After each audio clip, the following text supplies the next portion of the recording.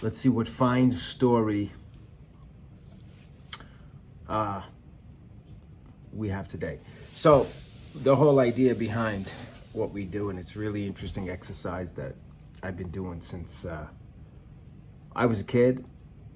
I get it, all the graphics and stuff are cool, like all these special effects and all that cool stuff. But to read a story or to enjoy a movie like it was when it was primarily the acting,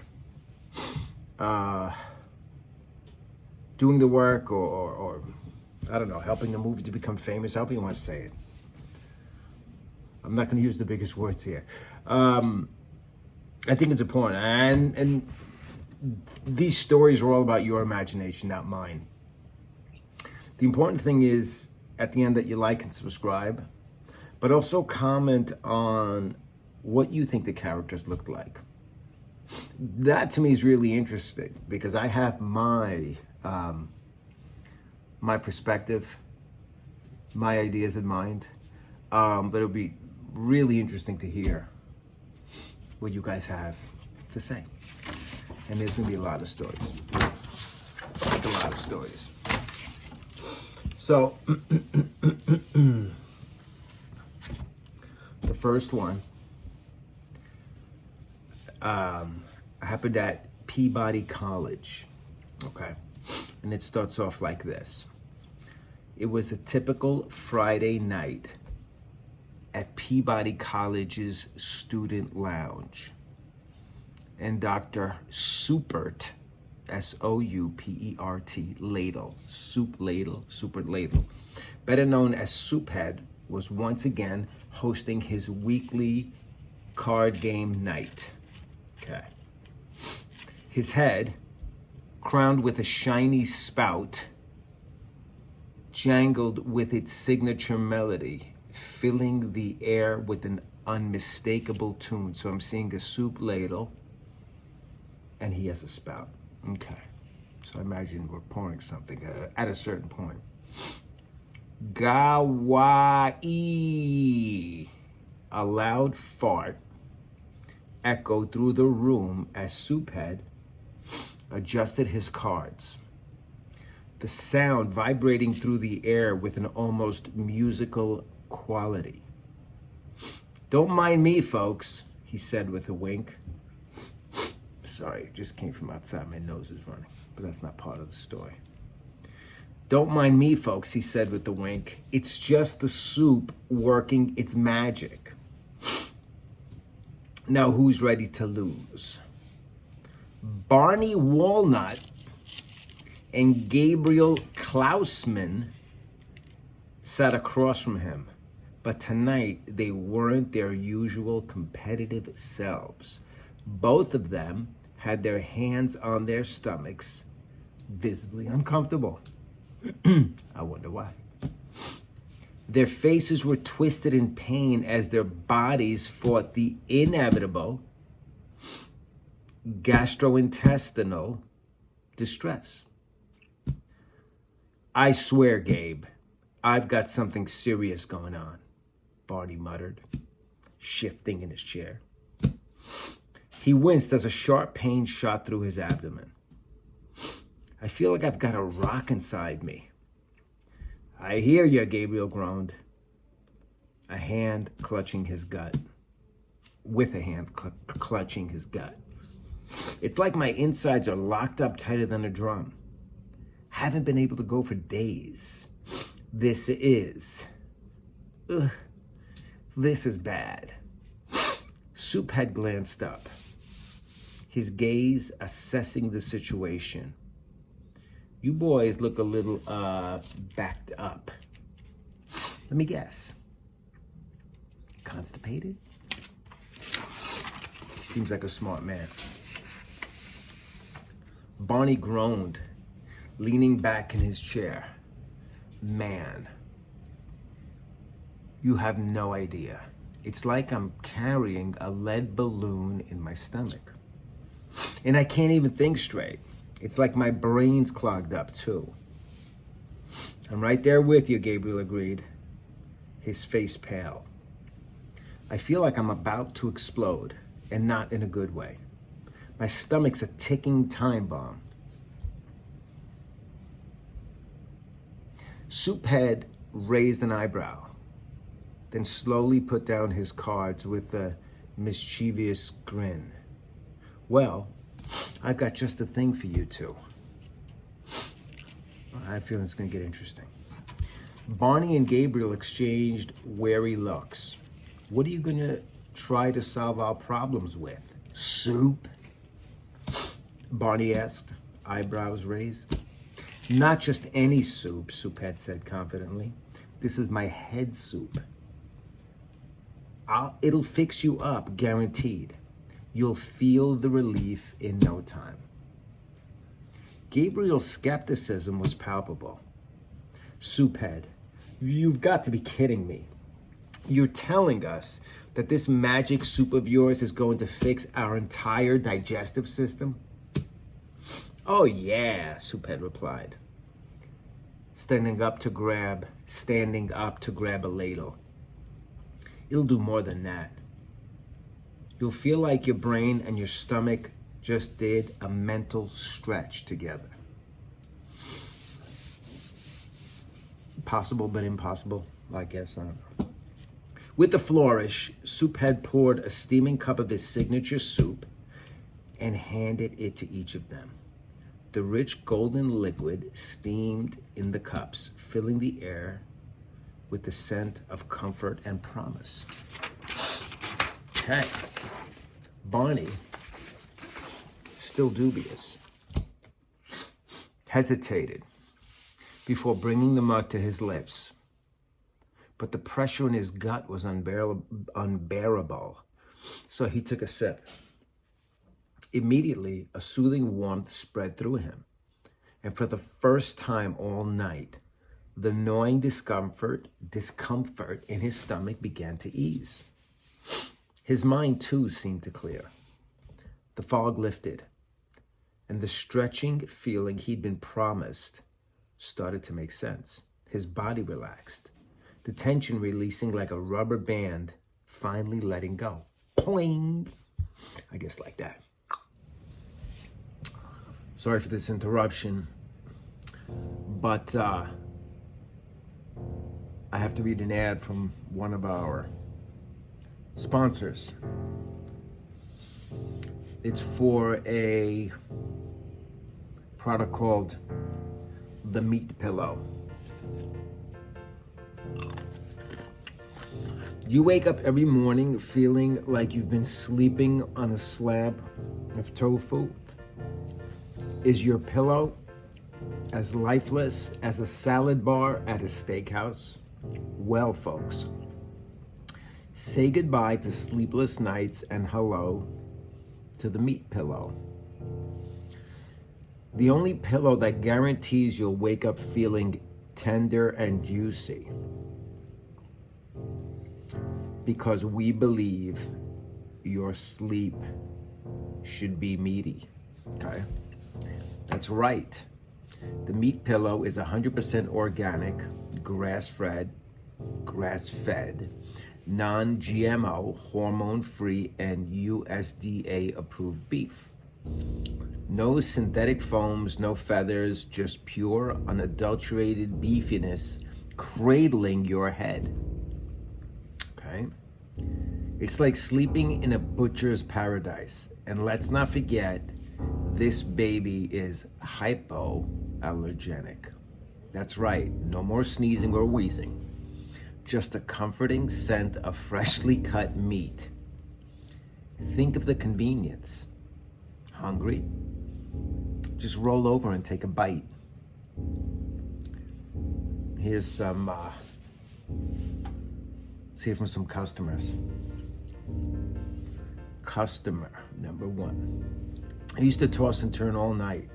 My old pillow just didn't cut the mustard or the steak. But ever since I got my Meat Pillow, I've been sleeping like a T-bone in a marinade. It's like laying your head on a filet mignon. I even wake up smelling like a Sunday roast. My wife loves it, almost as much as my dog. And here's this. And the best part, It's a 2-in-1 product. Are you hungry after a long workout? No problem. Just throw your meat pillow on the grill and you've got a pre-cooked breakfast ready to go. Who needs a bed when you've got a barbecue? This revolutionary product is brought to you by the innovative people at Meat Pillow, where we believe in combining flavor and fabulous sleep. Get your very own Meat Pillow for just 4 easy payments of $99.99. But wait, there's more. Order within the next 10 minutes and we'll throw in a set of meat-scented candles, absolutely free. Because nothing says relaxation like the smell of sizzling meat while you sleep. Don't be left out of the latest sleep sensation. Join the Meat Pillow revolution today. Please contact John Luigi Art for more information. Don't contact me for more information. I mean, you can, we could talk about it, but I don't know how much I can tell you about this. Meat Pillow. I mean, it sounds delicious, but whatever. I guess if you could find it, buy it. Gabriel, not one to back down from a challenge, followed suit and drank from his own mug. The effect was almost immediate. He could feel his stomach untangling, the bloating melting away. His brain felt sharp and focused, the mental blockages loosening as if they were never there. This sounds like some amazing soup. I'm sure it's not sold in stores. He leaned back in his chair and let out a relieved sigh. I can't believe it. I can't believe it. I can't believe it. I think I need some of that soup. I can't believe it, he murmured. It's like my entire system has been reset. My brain feels stretched. See, Souphead said with a sly grin. Told you it works. Now, what about you, Barney? How are you feeling? Barney grinned. His hand now resting comfortably on his stomach. I feel great. Almost too good. I can't get it straight. Almost too good. He stood up, feeling a little too energetic, and suddenly pulled his pants down to show off his backside. Look, this was unexpected. Expected, but unexpected. Look at my hemorrhoids, he shouted. Look how they flow. They are as beautiful as they are painful. Look how they hang. This guy is really showing a lot of himself. Gabriel blinked. I'm doing this old school with paper because that's what I like. The feel in your hands, you know.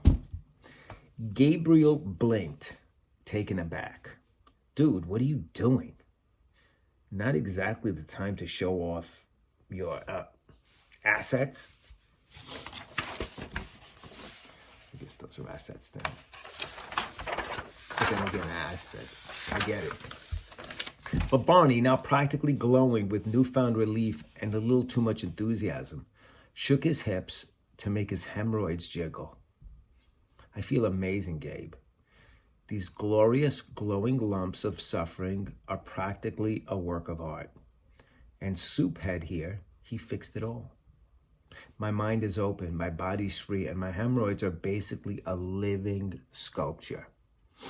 Now, I can imagine what they looked like, but if they were a living sculpture, they must be amazing. So that's something interesting to comment on. Just look at them. They were once painful, but now they're beautiful. Souphead leaned back in his chair, enjoying the sight of his two friends now both relieved and slightly delirious from the unexpected effects of his soup. Well, that's one way to appreciate the magic.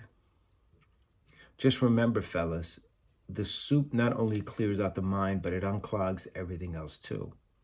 He chuckled. I guess we could say that hemorrhoids are no match for a brain in the flow. But then, just as things seemed to be calming down, both men looked at each other, their faces shifting from relief to sudden realization. Wait a second, Gabriel said slowly, looking at his hand, which was still holding the cards.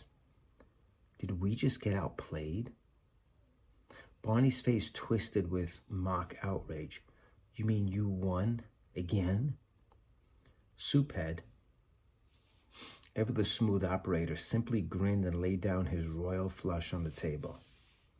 Guess that's the price of enlightenment, boys. Sometimes it's not just about feeling better. It's about playing the game.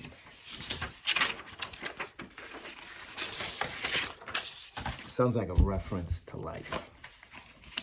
It's all about how you play the game, right? If you think of it like a game, it gets a lot easier. You know, making things happen. But anyway, let me get back to the story. Both Barney and Gabriel groaned, but the sound wasn't one of frustration.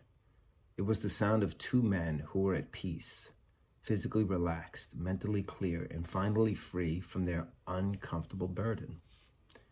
They had lost the game, but they had gained something far more valuable: relief.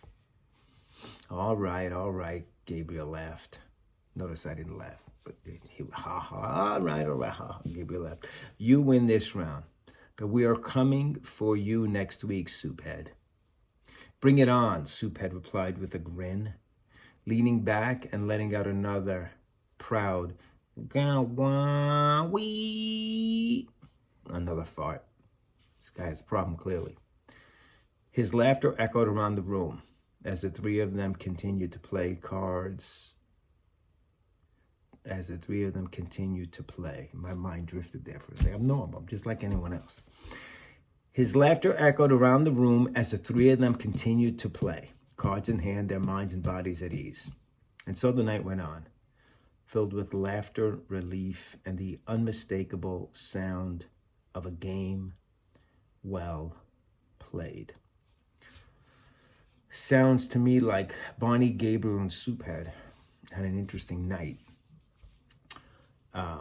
I know what I'm thinking in my head, how these people, these characters might look, how the soup might look. But I'm curious to hear what you think. Just let your mind go. Don't worry about being too critical. Like, I didn't say this was a work of art.